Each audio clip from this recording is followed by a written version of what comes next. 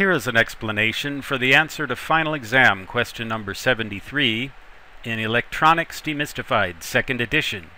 If you have the printed book, please see page 433. We're talking about a particular scheme here known as frequency hopping.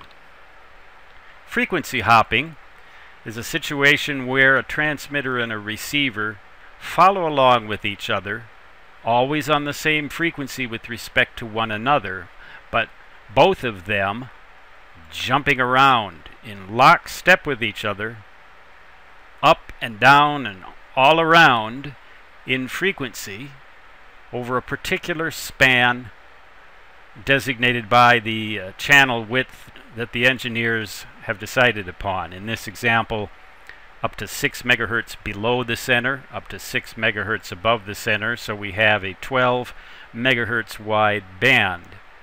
The signal itself travels along,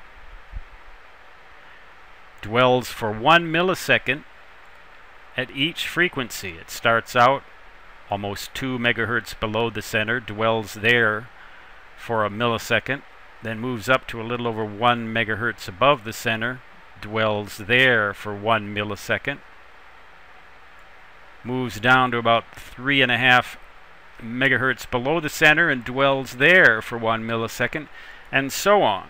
In this particular graph, the independent variable, time, I have rendered on the vertical axis going from bottom to top in relative millisecond increments like that.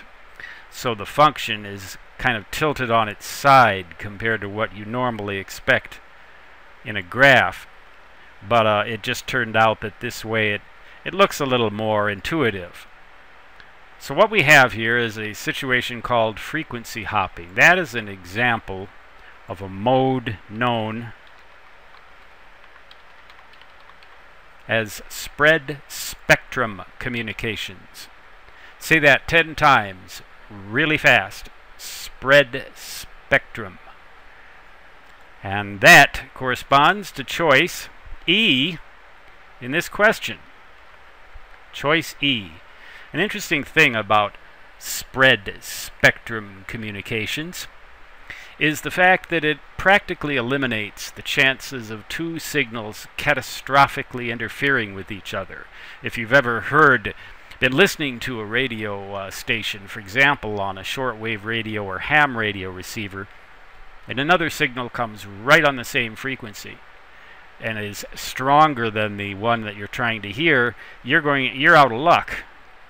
You have what's called catastrophic interference, and the signal that you want to hear just is impossible to decipher at all anymore.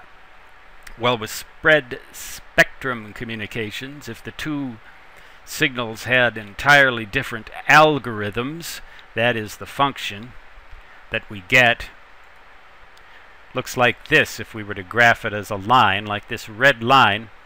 If the two stations have entirely different frequency hopping algorithms, then when the second signal comes on there, even though it's stronger than the one that you're listening to, you won't even know that it came on, because the transmitter and the receiver for that particular signal are hopping around according to a completely different scheme than the one that you are using.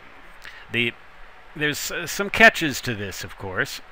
You need to be able to ensure that the transmitter and the receiver will always be on exactly the same frequency. So not only do they have to have the same mathematical algorithm programmed into them, but they have to be synchronized precisely with each other, preferably by a independent time standard such as we would find from the National Institute of Standards and Technology in the United States.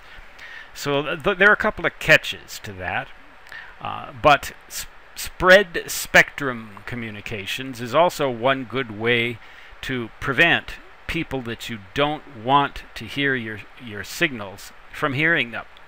The only people who can hear them are people whose receivers have algorithms which exactly correspond to the one that your transmitter has. And the only way they're going to know that is either by hacking into your information somehow or another and stealing it, or being told it by you so that they have that information on account of the fact that you want them to have it. So again, the choice here is E. This is an example of spread spectrum mode.